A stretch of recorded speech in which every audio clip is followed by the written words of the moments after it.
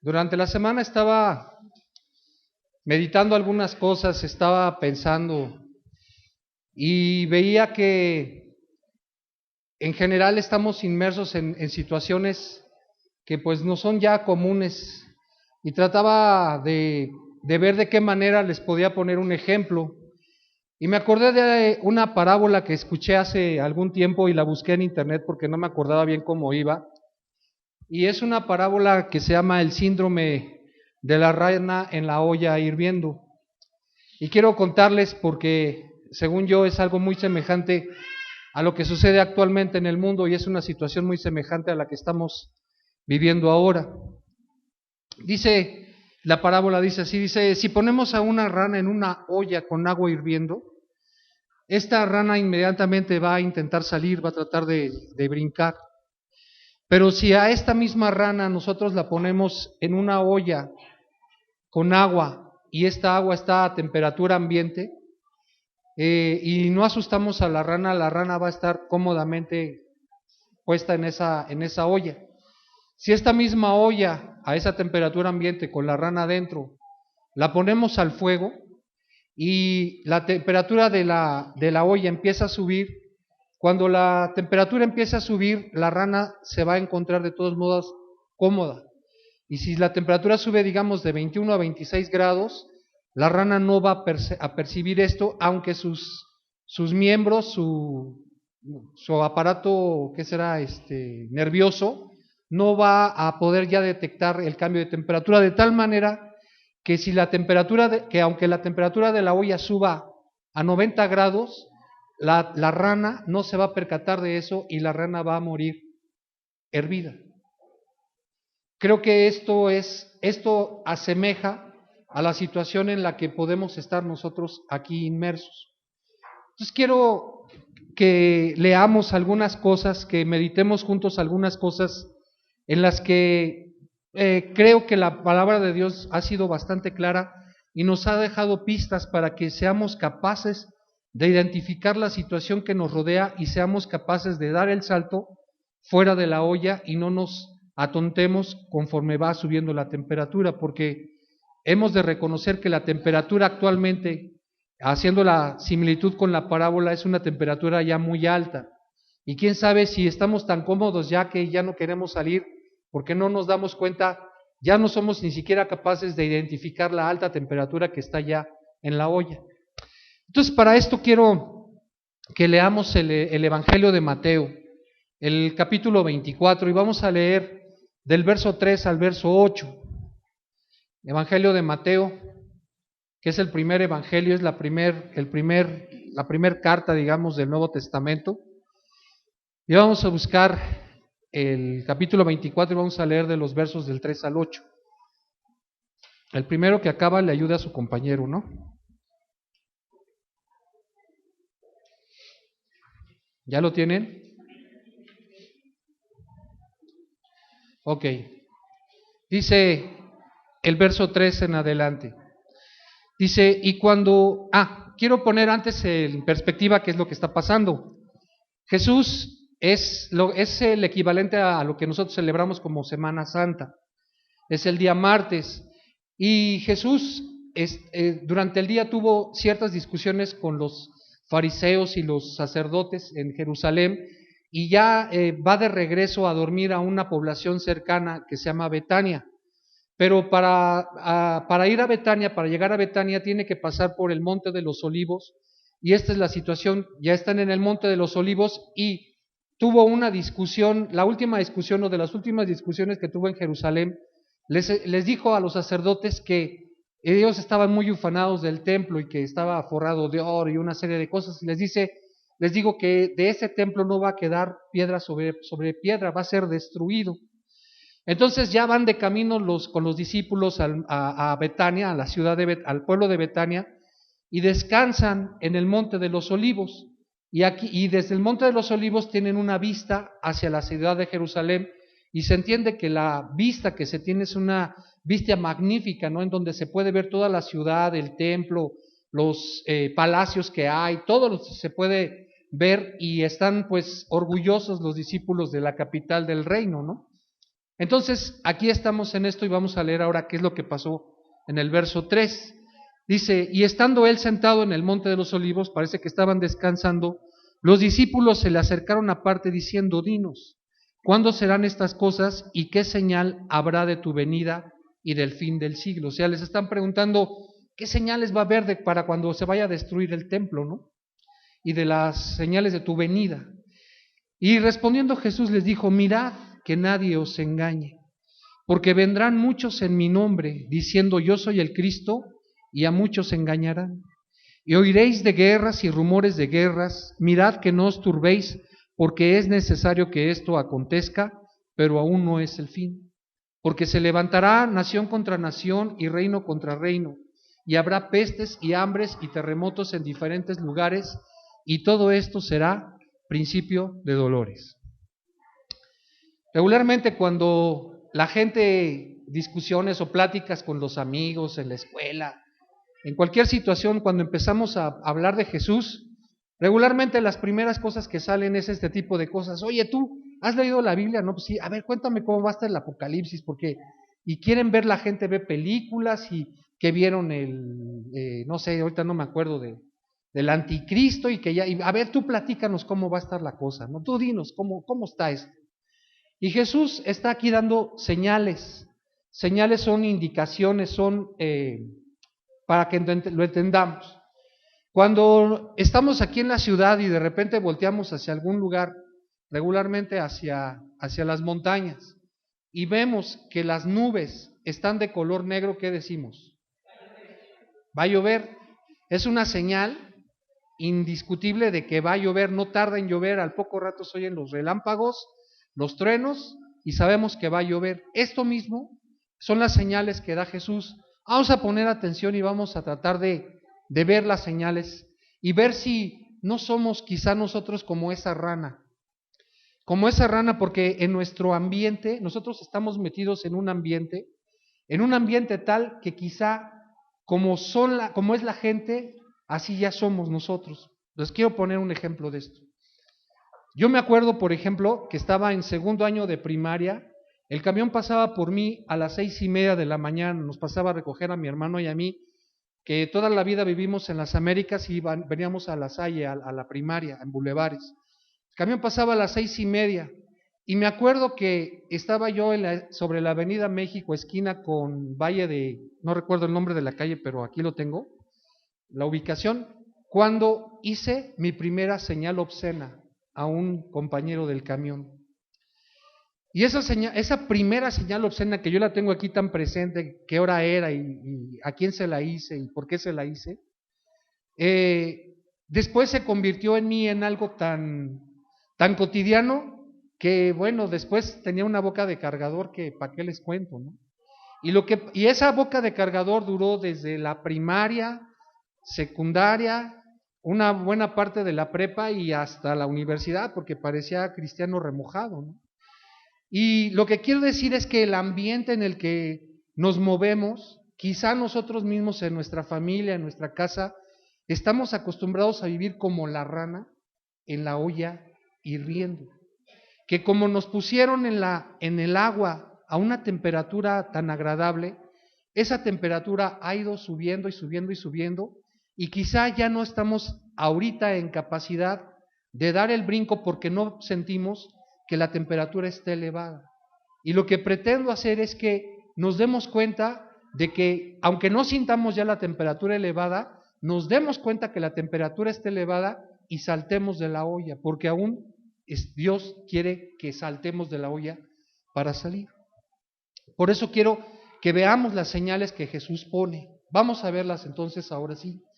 Dice en el verso 4, respondiendo Jesús les dijo, mirad que nadie os engañe. Mira, esto es algo muy importante, porque el ambiente cristiano, el ambiente no solamente cristiano, sino el ambiente religioso, hoy más que nunca está plagado de religiones. Plagado. ¿Qué quiere decir plagado? Lleno. Hay krishnas predicándote, hay cristianos predicándote en radio, en televisión. Hay, dime tú, la religión y te digo que sabemos de qué habla la religión. Es decir, hay esta religión por todos lados, y aquí lo que dice Jesús no te dice, oye, va a ser muy difícil encontrar el evangelio. No, lo que está diciendo es que va a haber tanta oferta que tú debes de tener cuidado de que todas las voces que oyes, aprendas a discernir la buena voz, la voz que tiene la verdad, para que no te dejes engañar. Eso es lo primero que debes de ver, que hay una efervescencia en lo que a religión o falsa espiritualidad se refiere, y que nosotros debemos de estar tan listos como para poder identificar la voz que dice la verdad de la voz que habla engaño o mentira. Vamos a seguir adelante, dice, fíjate cómo va a estar el ambiente, dice, cómo está el ambiente, dice, porque vendrán muchos en mi nombre diciendo, yo soy el Cristo, y a muchos engañarán. Fíjate lo que dice, está hablando de que incluso va a haber cristianismo en el cual puedes caer engañado. Y dice que a muchos van a engañar. Nosotros debemos de tener los sentidos, dice Hebreos, no me acuerdo el pasaje, pero dice que de lo que se trata es de que nosotros estemos ejercitados espiritualmente en discernir el bien del mal, el bien del mal. Cuando tú prendes el canal 4 a las 6:30 de la mañana, en el canal 4, en la televisión, hay un programa que se llama Pare de Sufrir. Y oyes a la gente dando testimonios y te dice, yo ya paré de sufrir, yo no encontraba trabajo, tenía problemas, tenía muchas deudas, pero yo di una feria, hice un trabajo, un sacrificio casi sobrenatural, di dinero y le doy gracias a los pastores y a los obispos porque llevaron mi petición y la pusieron en el muro de los lamentos en Jerusalén, y miren, las cosas se acabaron como por arte de magia. Mira que nadie te engañe. Y te están dando el testimonio, hermano, ¿será que este cuate nos está engañando? Pues ahí está dando el testimonio. ¿Tú qué dices? Tú que estás ejercitado en el discernimiento del bien y del mal, ¿será que eso va conforme a lo que dice la palabra? Vamos a hacer una cooperacha, mandamos al hermano Daniel en primera clase con su esposa, y ¿quién se ofrece a querer acompañarlo?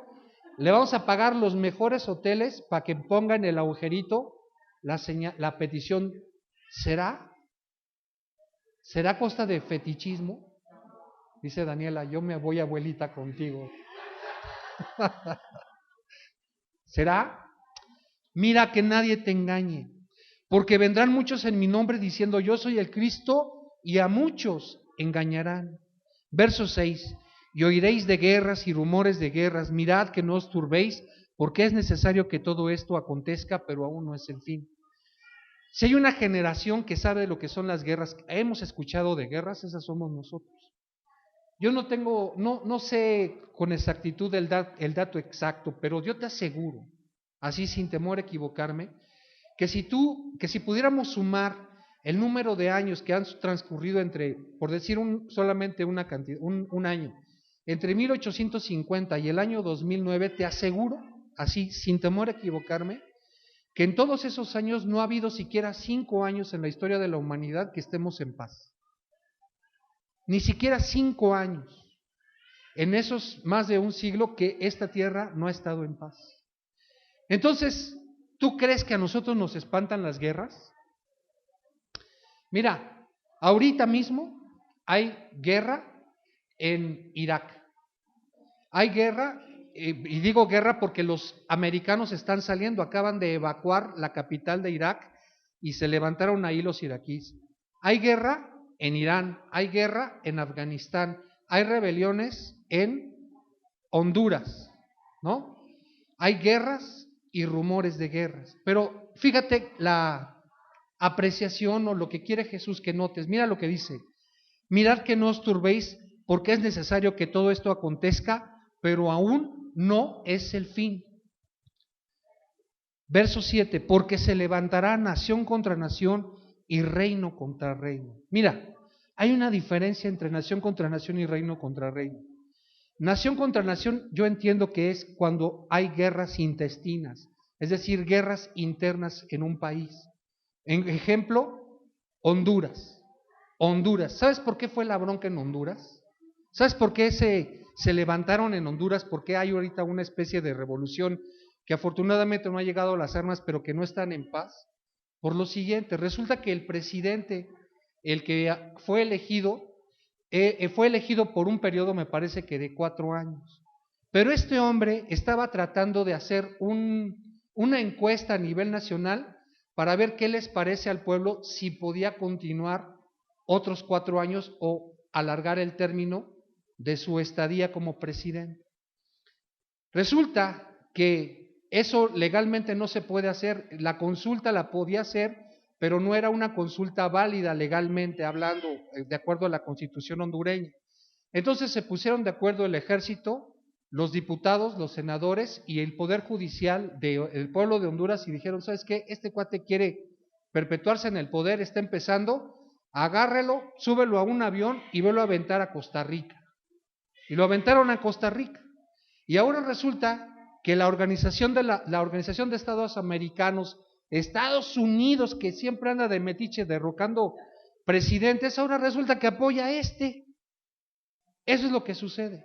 Y está a punto de haber una revolución, porque obviamente unos quieren que regrese y otros que no regrese. El presidente que quedó nombrado por el Congreso dice que va a convocar elecciones para el próximo noviembre y ahora los pueblos, todos los presidentes de América Latina dicen, no, el efectivo es este.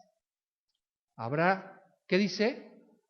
Se levantará nación contra nación y reino contra reino. Reino contra reino, eso sí son las guerras. Estados Unidos contra Afganistán y ahí envía soldados.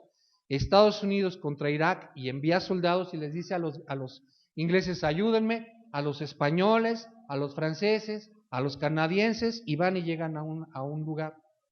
Se levantará nación contra nación y reino contra reino. A nosotros esas cosas nos parecen lejanas, porque la revolución más cercana que nosotros tuvimos, estamos a punto de cumplir 100 años, la revolución mexicana, pero aquí no hay uno solo que haya padecido nada por causa de la revolución. Pero dice que cada día van a ser más frecuentes y quiero decirles algo. Hace 3 años estuvimos a un tris de que hubiera una revuelta, no llamemos revolución. Y cada día se dan situaciones aquí adentro y fuera de nuestro país de que parece que están todo en la tablita y que por cualquier cosa se levantan las cosas, se levantan las revoluciones, se levanta la gente, está en desacuerdo y todo esto causado por el desorden del mismo hombre. Dice, mira, se levantará nación contra nación y reino contra reino, y dice, no se turben. ¿Qué es turbarse? ¿Qué es turbarse? Dice, no te atolondres, así como que no sabes ni qué hacer, no te pasmes. Te estoy diciendo las señales que va a haber. Cuando volteas y ves las nubes negras en el cerro, ¿te atolondras y no sabes qué hacer? Pregunto, ¿qué haces? Dices, mejor me apuro, no me vaya a agarrar el agua. O si es indispensable que salgas, dices, déjame cambio, voy a ponerme unas botas, me voy por mi impermeable y voy por mí. No te agarra desprevenido. De la misma manera te dice Jesús, mira que no se turbe tu corazón, porque estas cosas es necesario que sucedan. Pero si tú estás como la rana y no te habías dado cuenta de estas señales, ¿qué es lo que tienes que hacer? Saltar, saltar. Dice, y habrá pestes y hambres y terremotos en diferentes lugares, en especial a México, que nos van a contar de estas cosas. Lo hemos padecido las dos, terremotos. Aquí, aunque estén muy chiquitos o jóvenes, de todos modos sus papás les han contado el día del terremoto, que todos los que estamos aquí que vivimos el terremoto nos acordábamos qué estábamos haciendo. Todos. Nos acordamos que yo estaba durmiendo, otro que estaba acá, el otro que estaba haciendo esto. Y de pestes, ¿qué nos van a contar? Pero si por una simple gripa que mata gentes vivimos lo que vivimos, no me quiero imaginar lo que sean pestes como lo que entendemos todos por pestes. El cólera, la viruela, cosas que son terribles y que en Europa, por ejemplo, en la Edad Media y en muchos años, tenían que sacar a los cadáveres y quemarlos, y que murieron miles y miles de gentes por causa de las pestes. Dice que esas cosas es necesario que, pero no, hermano, que no ha oído que ya hay penicilina y que ya para diciembre ya tienen la vacuna y que a mí ya me dio la viruela, a mí ya no me vuelve a dar. Nos sentimos como, ¿cómo se sienten? No, hermano, ya me está. Mi mamá me dijo que me tomara ¿cómo? El jarabe de las abejitas, ¿no? Que le dice mi jefa. ¿Y cuál es ese jarabe de las abejitas? Ah, mira, pones unas cebollas de cambray, unas gotas de limón y miel, lo licúas y te lo tomas todos los días. Con eso, qué gripa ni qué 8 cuartos. ¿Será? ¿Será? ¿Ven cómo nos sentimos a veces como la rana? A mí no me pasa. Pero dice que esos son principios de... Mira lo que dice adelante. Todo esto será principios de dolores. Principios de dolores, ¿por qué habla de esos principios de dolores? Esto, las mamás son las que lo pueden explicar mejor que nadie. ¿Por qué? Porque está referido a una mujer embarazada. Cuando una mujer que está embarazada está a punto de dar a luz, ¿cómo se da cuenta de que el niño va a nacer? Empiezan unas cosas que se llaman contracciones. Y esas contracciones empiezan a dilatar el lugar por donde va a pasar el niño.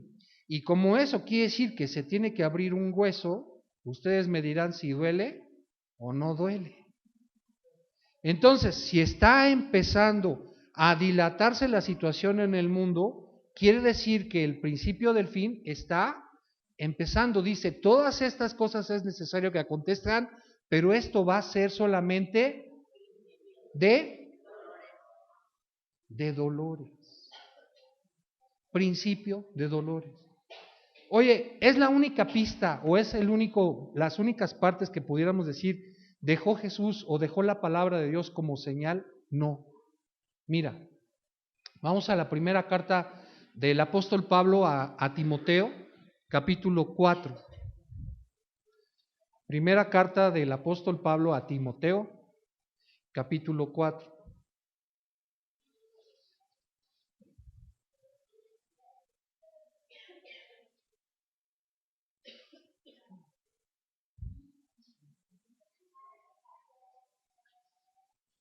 Ay, hermanos, los animo a que lean la Biblia. Leamos todos la Biblia por amor de Dios. Dice verso 1 al verso 5. Mira lo que dice. Pero el Espíritu dice claramente que en los postreros tiempos algunos apostatarán de la fe, escuchando a espíritus engañadores y a doctrinas de demonios, por la hipocresía de mentirosos que, teniendo cauterizada la conciencia, prohibirán casarse y mandarán abstenerse de alimentos que Dios creó para que con acción de gracias participasen de ellos los creyentes y los que han conocido la verdad. Porque todo lo que Dios creó es bueno y nada es de desecharse si se toma con acción de gracias, porque la palabra de Dios, porque por la palabra de Dios y por la oración es santificado. Vámonos por partes. Dice entonces, mira lo que dice. Esto es importante. A veces nos pasan las cosas como si las entendiéramos, pero no nos detenemos a meditar. Mira lo que te dice. Pon atención acá. Dice, en otras palabras, Dios está presente y no está callado. ¿Por qué digo esto? Porque el que habla es el Espíritu Santo. Fíjate cómo dice. Dice, pero el Espíritu dice claramente. ¿Tú crees que solamente lo dijo hace 2000 años cuando Pablo escribió esto? Lo sigue diciendo ahorita. El Espíritu está presente y no está callado. Y te lo está diciendo en este momento. Medita en esto. Dice, el Evangelio de Juan dice, en el principio era el verbo y el verbo era con Dios y el verbo era Dios.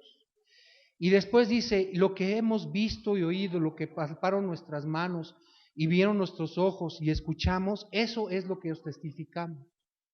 Y yo te digo lo siguiente, eso que dices, que lees ahí, pero que no, a veces no meditamos y que te invito a que en este momento medites, es el Espíritu de Dios hablando a tu corazón, hablando a tu alma para que medites en estas cosas y te des cuenta que estamos viviendo como la rana en la olla que está a punto de hervir.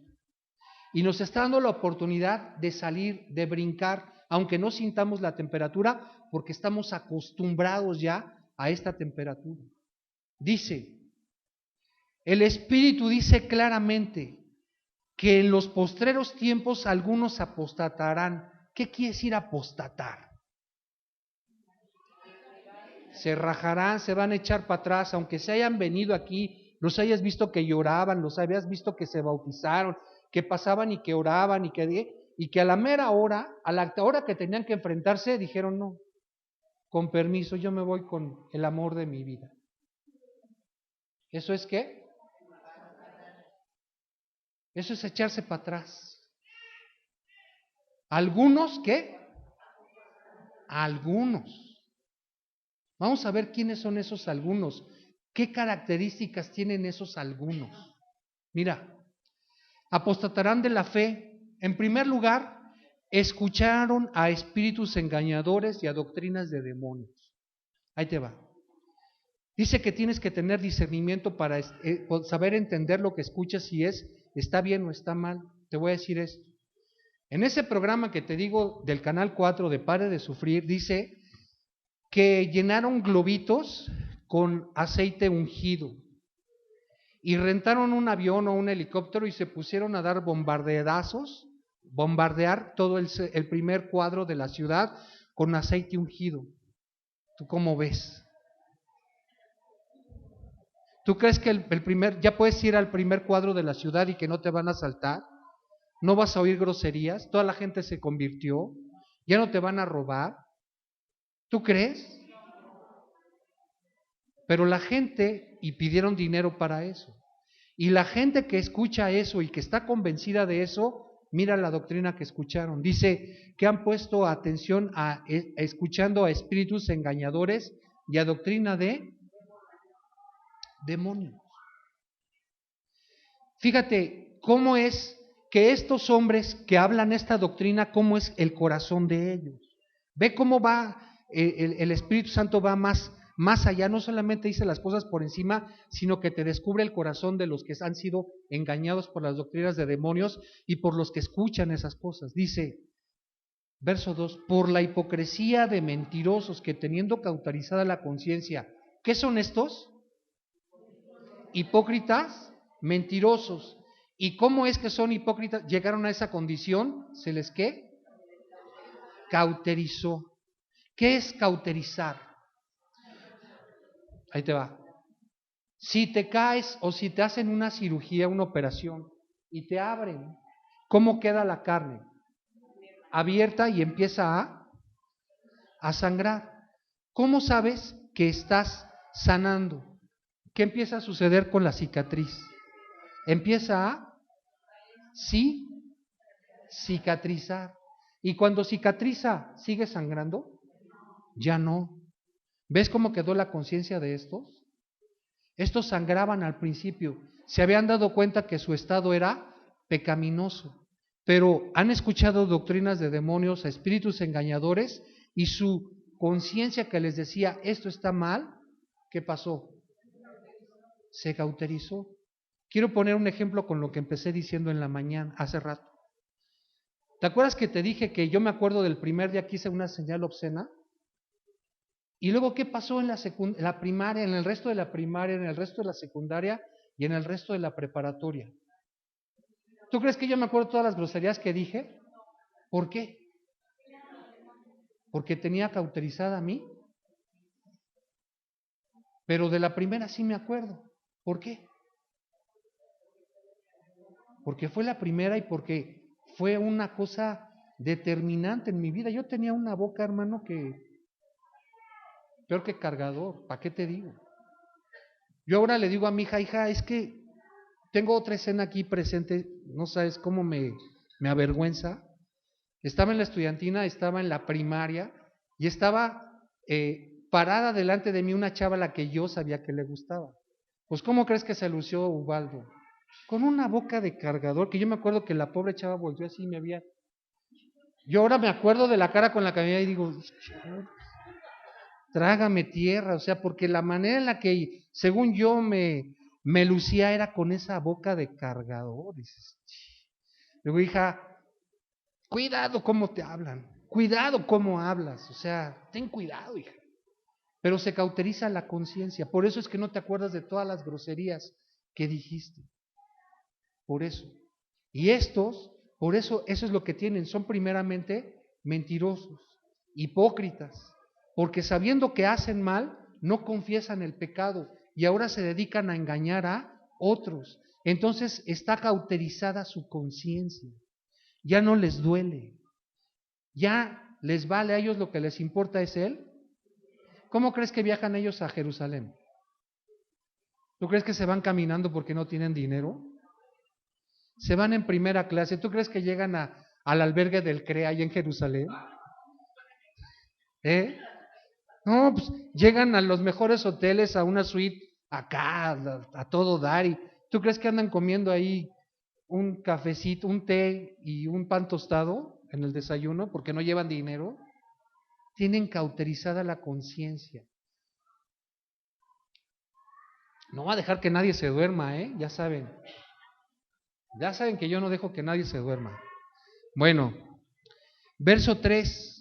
Prohibirán casarse y mandarán abstenerse de alimentos que Dios creó para que con acción de gracias participasen de ellos los creyentes y los que han conocido la verdad. Mira, ten cuidado.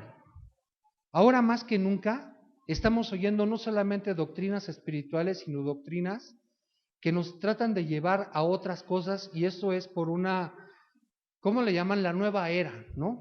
El New Age. Entonces es un nuevo concepto, una nueva manera de ver las cosas.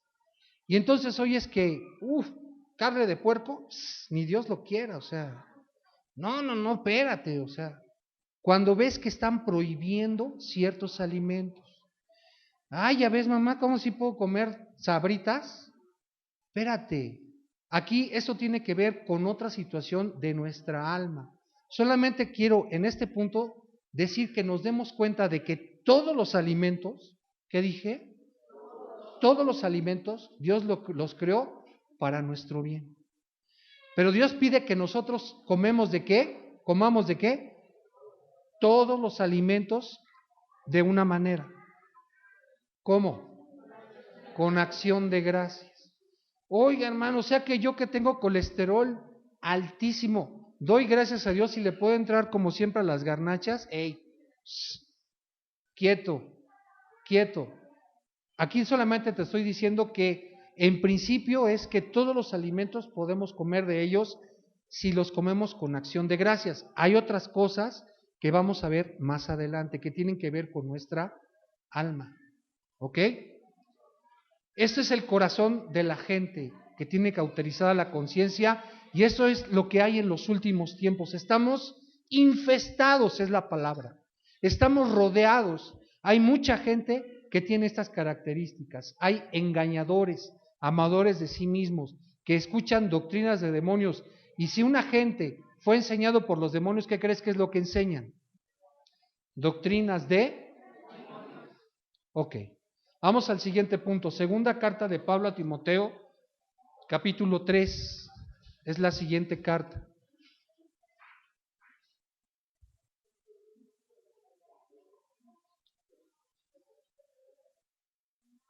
¿Ya?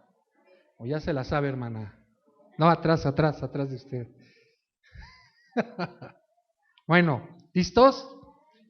¿Cómo dice el subtítulo del capítulo 3 de la segunda carta de Pablo a Timoteo? Carácter de los hombres en los últimos días. Pregunto, ¿qué es el carácter? ¿Qué es el carácter? Porque es lo que va a describir. Va a describir en términos generales nuestra ¿qué? Nuestra forma de ser. Este tiene un genio de la fregada, ¿no dicen? No, o sea, se enoja de todo. Ay, ¿qué tienes en la sangre? Parece que tienes atole, ¿no? Es la forma de ser. Eso es, lo va a describir ¿quién? ¿Quién lo va a describir? Hey, hermanitos, ¿quién va a describir la forma de ser de los hombres en los últimos tiempos? ¿Quién? El Espíritu Santo, ¿o no? El Espíritu Santo, esto lo escribió el Espíritu Santo, lo inspiró el Espíritu Santo. Miren lo que dice el Espíritu Santo que va a ser la forma de ser de los hombres en los últimos tiempos. Dice, también debes saber esto, o sea, no solamente lo anterior, lo de las guerras y rumores de guerras, no solamente de la gente con la conciencia cauterizada, también debes de saber esto, que en los postreros días vendrán tiempos ¿qué? Peligrosos. ¿Cómo son los tiempos?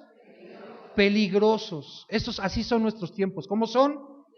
Peligrosos. Dice, porque habrá hombres amadores de sí mismos. Mira, aquí detente. Esta es la característica del hombre de nuestros días. ¿Cuál es? ¿Cómo somos? Amadores de... No hay nadie que me quiera más que yo. A ver, díganme si hay alguien que me quiera aquí más que yo. ¿Quién? ¿Tampoco usted? No, aquí de nosotros. ¿Alguien más guapo, más bonito, más...? No, así somos. Somos amadores de nosotros mismos. Amadores de mí mismo. ¿Será que esta es la condición que Dios quiere que tengamos? Mira, nos pone en alerta. Ahí te va. Dice, porque habrá hombres, fíjate cómo habla en futuro, pero esta carta se escribió hace 2000 años. O sea que ya estamos ahorita. Dice, porque habrá hombres amadores de sí mismos, avaros. ¿Qué quiere decir avaro? Un hombre avaro es quien se reserva, oculta o escatima algo. Oye, ¿por qué no le das? No, pues si mi trabajo me costó, él no tiene porque no trabaja. Oye, no, que se friegue. O sea, a mí me costó levantarme temprano, ir a trabajar. ¿Por qué le vas a dar todo en bandeja de plata? No, yo lo voy a enseñar a él a que, ¿no? Y sacamos esa historia japonesa de, yo soy como los japoneses, que yo no les doy de comer, yo mejor los enseño a que pesquen. ¿Así? ¿Ya les da trabajo o qué? ¿No? Somos avaros. No, pues es dinero mío. Yo ya ofrendé y ya diezmé. ¿Y ofrendaste? No, espérate. La Biblia nomás me obliga a mí yo doy mi 10% y... Oye, pero dice también en la carta a los Corintios que algunos dieron más allá de sus fuerzas. No, eso es porque eran fanáticos. Yo soy cristiano, hermano. Yo nomás doy el 10%. Son avaros. Dice, vanagloriosos. ¿Qué quiere decir vanagloriosos? Jactancioso, ufano, envanecido. No hay nadie más bonito que yo, no hay nadie más importante que yo.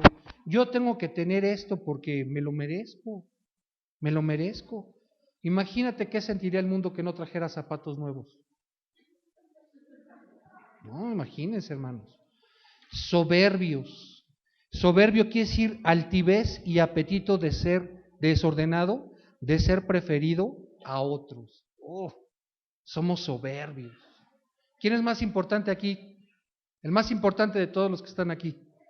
¿Cómo se dice? ¿Yo? ¿O no? Eso es una gente soberbia. O sea, si no podemos reconocer que no somos importantes, pero eso está como que en chino, porque estamos como la rana. Ya la temperatura está a punto de hervir, pero ¿cuál calor? ¿Cuál calor? Yo no soy soberbio, hermano. Yo soy humilde. Bueno, o sea, No, pues, imagínense cómo sufriría el mundo si no vistiera como visto. Blasfemos. ¿Qué quiere decir blasfemo? Es una palabra injuriosa contra Dios. Yo no sé si piensas igual que yo, pero yo oigo a la gente y parece que Dios no existe, parece que Dios ha sido un mito que ha venido a través de los siglos y ahora como que el hombre finalmente se está quitando esa carga y se han dado cuenta que han vivido, que mucha gente ha vivido engañada y que al fin se están quitando esa tradición humana de Dios.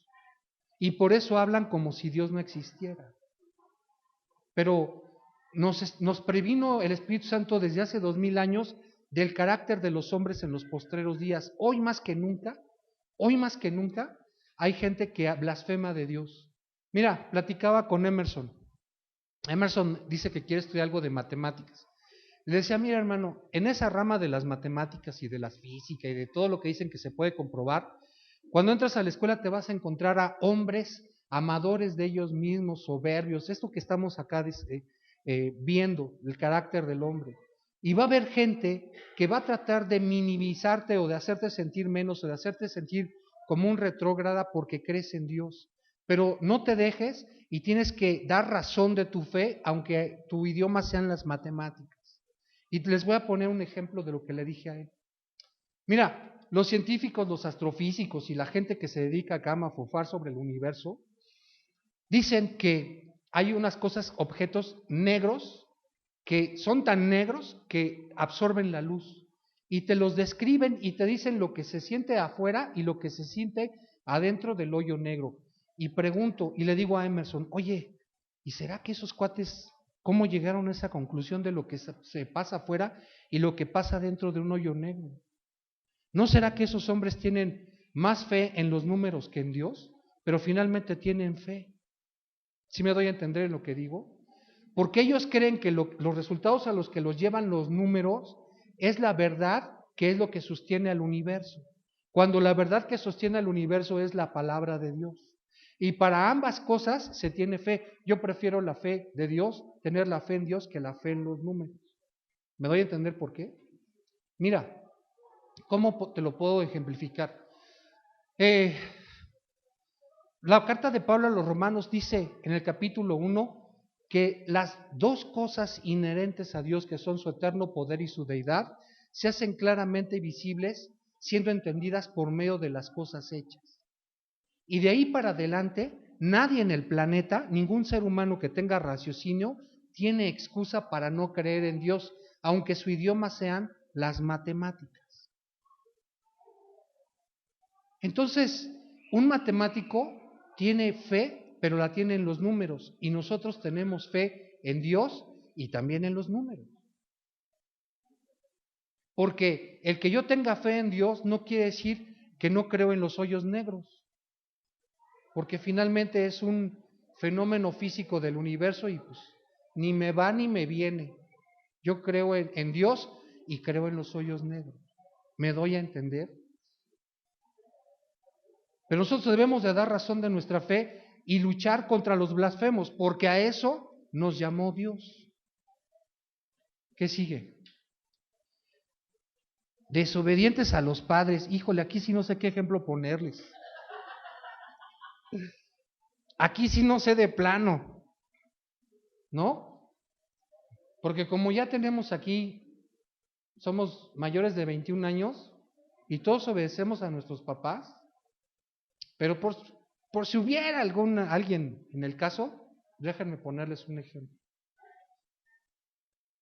Me van a ver feo, pero al fin de ejemplo. Mira,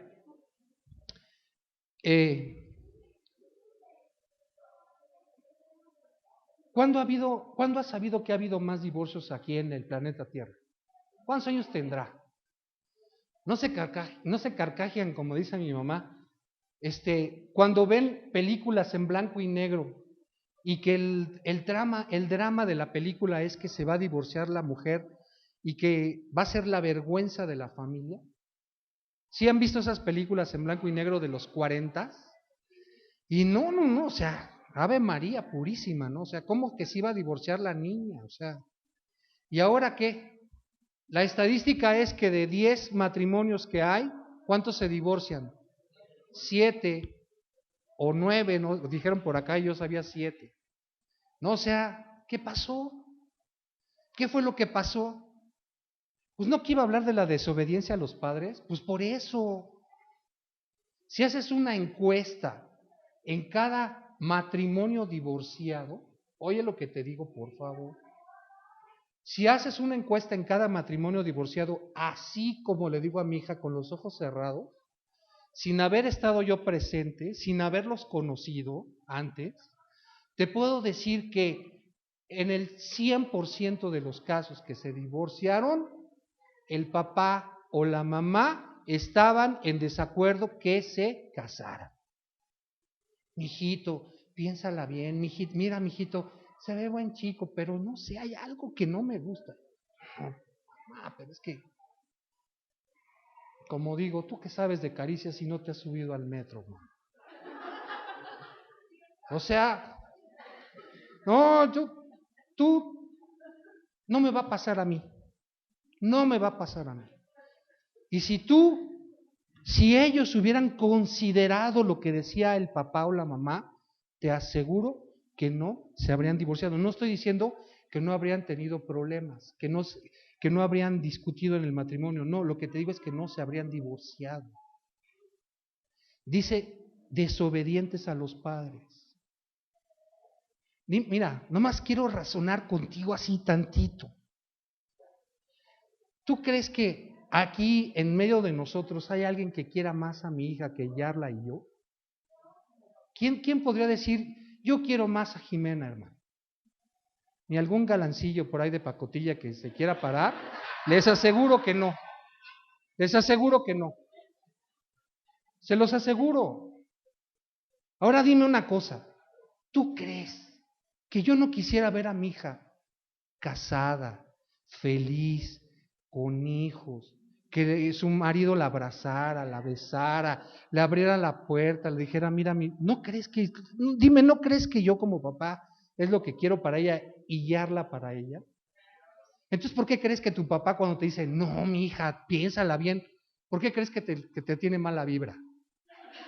¿Y por qué dices, no, se me hace que mi jefe, no lo quiere, le tiene mala ley, mala leche? ¿Por qué? Dime por qué. A los hijos los estamos cuidando desde antes que nacieran. Desde antes que nacieran. O sea, yo te puedo decir, mi esposa y yo los fines de semana nos tomamos una cerveza o a veces no nada, pero a veces nos tomamos una cerveza. El día que Yarla supo que estaba embarazada, ese día dejó de tomar cerveza hasta que le destató a la chamaca. Hasta ese día, o sea, desde ese día la empezamos a cuidar. No, espérate, no subas, no, espérate, yo voy, no, espérate, no te agaches. Eso es cuidar. ¿Por qué dudas que cuando te dice tu papá o tu mamá, oye, mijo, espérate tantito, mira, hay más chavas, o sea, no, jefe, pero es que, ¿ves cómo si ya vemos desobedientes a los padres de vez en cuando? Ingratos. O sea, lo digo no solamente de los jóvenes, lo digo de nosotros mismos. Recibimos tantas cosas aquí, tantas cosas, y no somos ni para dar las gracias. No somos agradecidos. Eso es ser ingrato, no dar las gracias. Mira, aquí dicen, no, pues es que lo que tengo ha sido fruto de mi esfuerzo, ¿sí? ¿Y quién crees que hizo que tuvieras gracia delante de tu jefe o para que te aceptaran? Tú ve cuántas solicitudes se presentan a algún trabajo. Y para que te escogieran a ti, dices, no, pues es que soy muy efectivo, hermano. ¿Será que eres muy efectivo? Así. No. O sea, un premio Nobel aquí tenemos. Estamos rodeados de hermanos puros efectivos. ¿Será? ¿No será que Dios puso gracia? ¿Y le has dado gracias por lo que tienes? Dime, a ver, aquí, así, hablando aquí honestamente, y de verdad lo digo, si hay alguien así en ese caso, yo me encargo de que no les pase. No, por la gracia que Dios me ha dado, no porque sea muy efectivo. ¿Hay aquí alguien en medio de nosotros cristiano, cristiano. Es decir, que se haya bautizado y todo eso. Que se haya quedado un día sin comer de aquí. Les aseguro que no. Les aseguro que no. Porque hay una promesa de Dios que dice, si yo tengo cuidado de los pájaros del campo, ¿por qué crees que no voy a tener cuidado de ti? Y te aseguro, yo conocí a un hermano que no tenía nada. Se sentaron a la mesa, le pidió a la esposa que pusieran la mesa, no tenían nada, se sentaron, dieron gracias. Cuando acabaron de dar gracias, les tocó el vecino a la puerta y les dijo, ¿sabe qué? Me da mucha pena, pero no me lo vaya a tomar a mal, pero estaba esperando a unos amigos y no vinieron y mire, no quiero que se me eche a perder la carne. Le dio no sé cuántos kilos de carne. Ay, no, para esas humillaciones. ¿Ves cómo eres soberbio? ¿Ves cómo eres soberbio? Porque a mí el hambre me tira, pero mi orgullo me levanta, dicen por ahí. ¿No? No, hermano. ¿Ves cómo estamos como la rana? ¿Te das cuenta cómo estamos como la rana? Está subiendo la temperatura y tú hablando de orgullo, sí que yo y que Juan Camaney. Ingratos, impíos, o sea, pecadores, sin afecto natural. Sin afecto natural. ¿Qué es eso de sin afecto natural? Lo natural sería que amaras a tus hijos. Lo natural sería que amaras a tu esposo. Pero es que no sabe qué clase de araña es. Uf. Por eso me divorcié de él. A ver, espérate. Y porque te divorciaste de él, ¿crees que te da autoridades o autorización para tenerle rencor? O que tu esposo te trató, tu papá te trató mal, ¿eso te da autoridad para aborrecer a tu papá o a quien haya sido, Como dice el presidente, haya sido como haya sido. ¿Te da autoridad eso? Pregunto, o sea, nada más dime, porque aquí yo veo sin afecto natural. Lo natural es que yo ame a mi hija, que mi hija me ame a mí, que yo ame a mi papá, que mi papá me ame a mí, pero aquí ya vemos familias disfuncionales. Eso somos la excepción, hermano. ¿Será? ¿No será que tienes cauterizada la conciencia? No, pero es que usted hubiera visto la vida de perro que me dio, hermano. ¿Será? Espérate, ¿será? ¿Que no te das cuenta que ese hombre, esa mujer, lo que haya sido, hizo esas cosas porque está alejado de la ciudadanía de Dios? Y que tú dices que eres peregrino y extranjero y que vas camino al cielo y que el que va camino al cielo está en una condición diferente y por tanto su corazón debe de estar. No digo que estés feliz de los golpes que te dio, no digo eso. Lo que digo es que tengas misericordia y que le tengas afecto natural. ¿Será que se habrán desvelado alguna noche pidiéndole misericordia a Dios por la vida de ese hombre, de esa mujer, de lo que sea? O a lo mejor se han desvelado diciendo, échatelo, Señor, déjale caer, pero grueso. Yo nada más te digo, de verdad quiero hacerte pensar, pero dice la palabra de Dios que nosotros somos la niña de los ojos de Dios. Y si tú padeciste de quien hayas padecido, de tu papá, de tu mamá, yo no sé, quiero imaginarme lo peor, te violó, lo que haya sido, y ese hombre no se arrepintió, ¿tú crees que Dios va a dejar sin castigo esa situación? ¿Tú te imaginas el castigo tú te imaginas? Mira, nada más por justicia, por justicia. ¿Tú crees que va a recibir el mismo castigo un hombre que viola a una desconocida que un hombre que viola a una hija? ¿Verdad que no? ¿Y será que tú estás esperando que llegue el momento para ver tu venganza, tu día de venganza? ¿O será que lo hizo porque ese hombre tiene cauterizada la conciencia y porque no conoce a Dios y porque no quieres que se arrepienta para que padezca, para que sepa lo que se siente? ¿Ves cómo puede haber gente sin afecto natural? Y es que estamos metidos aquí en la olla. Y la olla está tan caliente que ya están nuestros sentidos atolondrados y ya no estamos en la capacidad de sentir lo caliente de lo más caliente.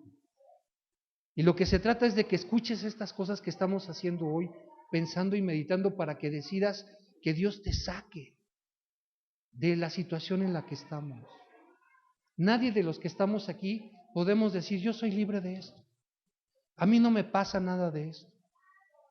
Mira, el sacerdote en el Antiguo Testamento, el sacerdote judío, cuando se consagró a Aarón y a sus hijos, fueron bañados de arriba a abajo con el agua de la fuente de bronce. Y después, cada vez que iban a ministrar, solamente se tenían que lavar las manos y los pies. Cuando Jesús, el día que le lava los pies a sus discípulos, le dice Pedro, no, Señor, a mí no me lava, tú, siendo el Señor, me vas a lavar a mí, que soy tu siervo. Y le dice, es que si no te lavo los pies, no vas a tener ni parte ni suerte conmigo. Y le dice, no, si es así, entonces lávame todo. ¿Qué le dijo Jesús? A ti no te lavo todo porque ustedes ya están lavados, solamente tienen que limpiarse las manos y los pies porque van caminando y se ensucian por el andar diario. Eso es lo mismo que nos sucede. Aquí habrá algunos, si acaso uno o dos, que nunca han entregado su vida a Jesús y están en la misma condición que la rana.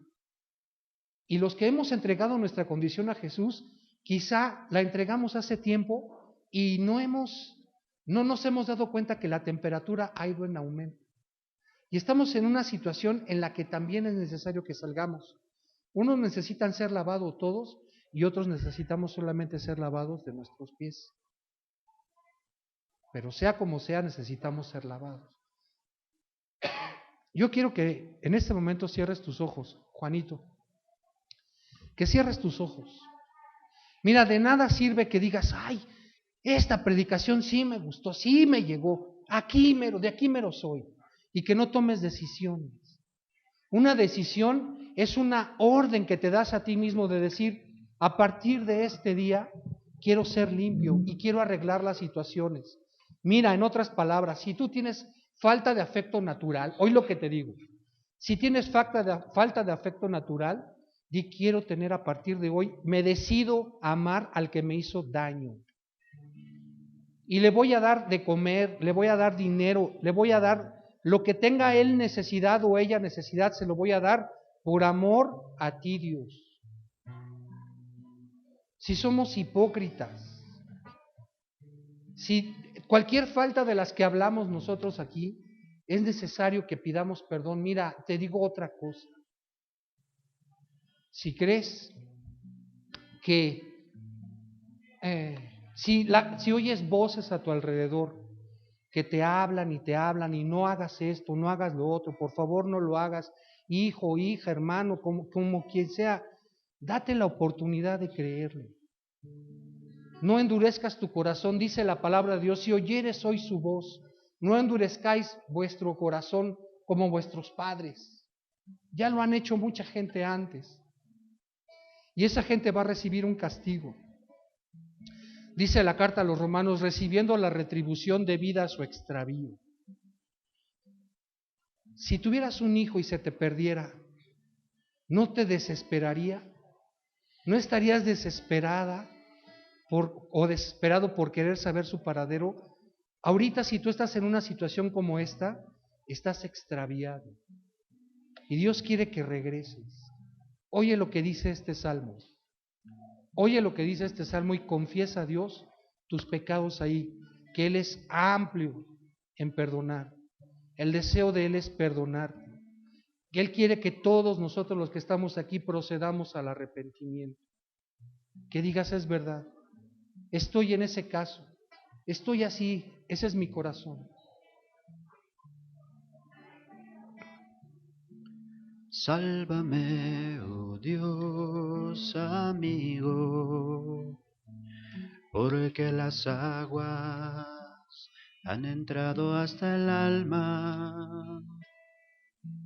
Sálvame, oh Dios amigo, porque las aguas han entrado hasta el alma. Estoy hundido en cieno profundo donde no puedo hacer pie, he venido, abismos de aguas y la corriente me ha negado. De llamar estoy cansado, mi garganta se ha enronquecido, mis ojos desfallecieron, esperando a mi Dios.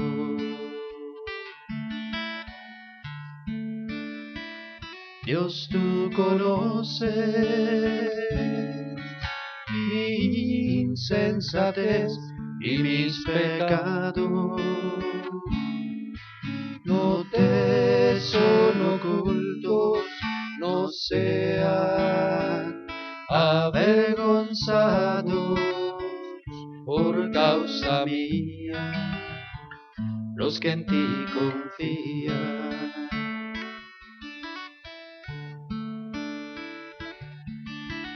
Sálvame, oh Dios amigo, porque las aguas han entrado hasta el alma. Si tú reconoces tu condición en este momento de pecador, de rana pues puesta en la parábola, de rana en una olla a punto de hervir, aún es tiempo de que pidas auxilio para que el Señor sea el que te saque.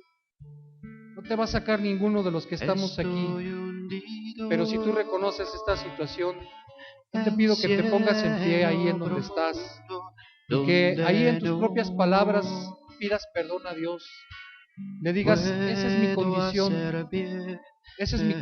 de rana en una olla de agua hirviendo. Esa es mi condición y quiero que seas tú el que me saque, el que me libre de mí mismo. Oye, una cosa, a lo mejor hay muchas situaciones en las que te viste identificado, pero si hay alguna de esas situaciones en las que te viste identificado que puedas arreglar en este momento, yo te pido que vayas y lo arregles. Esa es una decisión, ese es el carácter cristiano, no es el carácter de los últimos tiempos, eso es algo que no tiene la gente. Eso es algo que debemos de tomar como decisión y enfrentarnos a nosotros mismos, a nuestro pecado y pedir perdón. Dios, tú conoces mi insensatez y mis pecados, no te son ocultos, no sean avergonzados por causa mía los que en ti confían. Sálvame, oh Dios amigo. Gracias, Señor, por tu palabra. En el nombre de Jesús. Amén.